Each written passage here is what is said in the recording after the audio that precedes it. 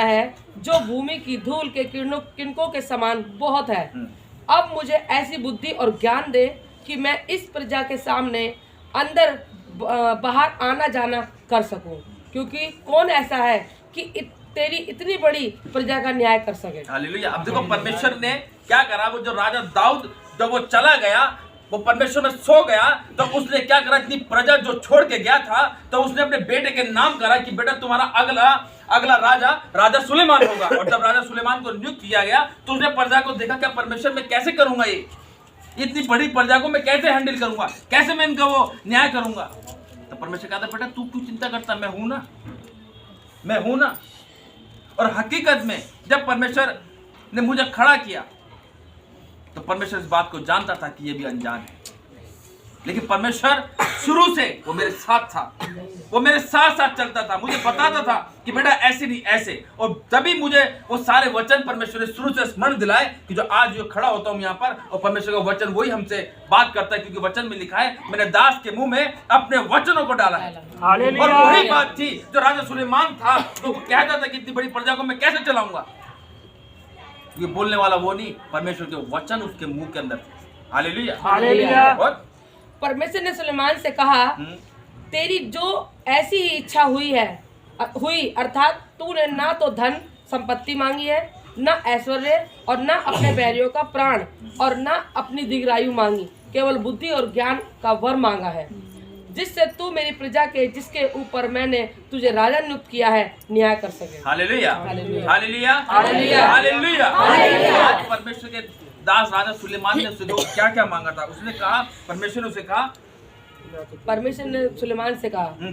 सुलेमान से कहा कि तेरी जो ऐसी इच्छा हुई, अर्थात तूने ना तो धन मांगा, और ना ऐश्वर्य मांगा, ना बैरियों के प्राण, और ना अपनी दीर्घायु। आज लोगों को क्या चाहिए, धन चाहिए, सुंदरता चाहिए, है अपना ऐश्वर्य चाहिए, बड़ा वो दिखाने के लिए, हाँ भाई मेरे पास ये है वो है ना तूने ये मांगा, और ना तूने अपने बैरियों के प्राण मांगे, जो कहते हैं यार कि लोग बहुत बुरे हैं, पर इससे मुझे पिंड छुड़ा परमेश्वर, इनके तो प्राण ले ले, इसको अभी खत्म कर दे।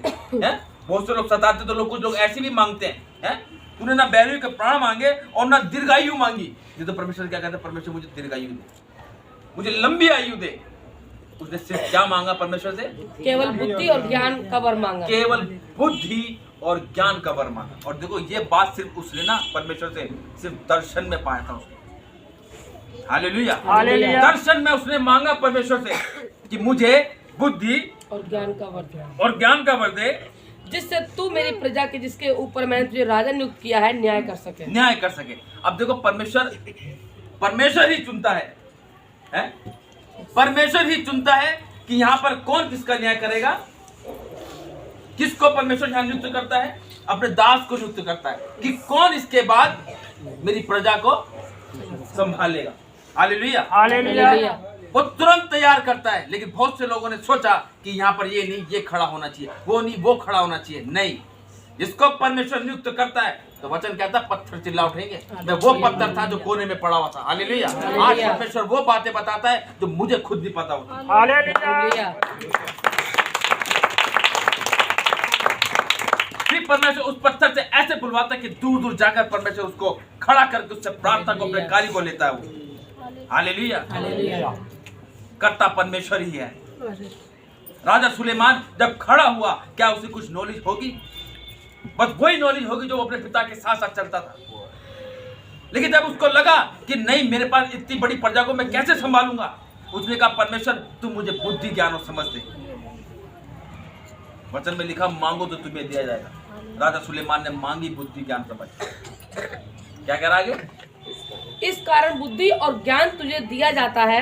इस कारण बुद्धि और ज्ञान तुझे दिया जाता है। मैं तुझे इतनी धन संपत्ति और ऐश्वर्य भी दूंगा, जितना ना तो तुझसे पहले किसी राजा को मिला और ना तेरे बाद किसी राजा को मिलेगा। हालेलुया। देखो साफ कहते हैं ना, आज तुम भाग रहे हो बेफालतू में दुनिया के पीछे भागे जा रहे हो। अरे भाई जॉब लगा दे, अरे भाई कहीं लगा दे, अरे भाई कहीं लगा दे। अरे परमेश्वर कहता है बेटा मुझसे मांगना, लेकिन तुम मांग क्या रहे हो? परमेश्वर मुझे गाड़ी दे दे,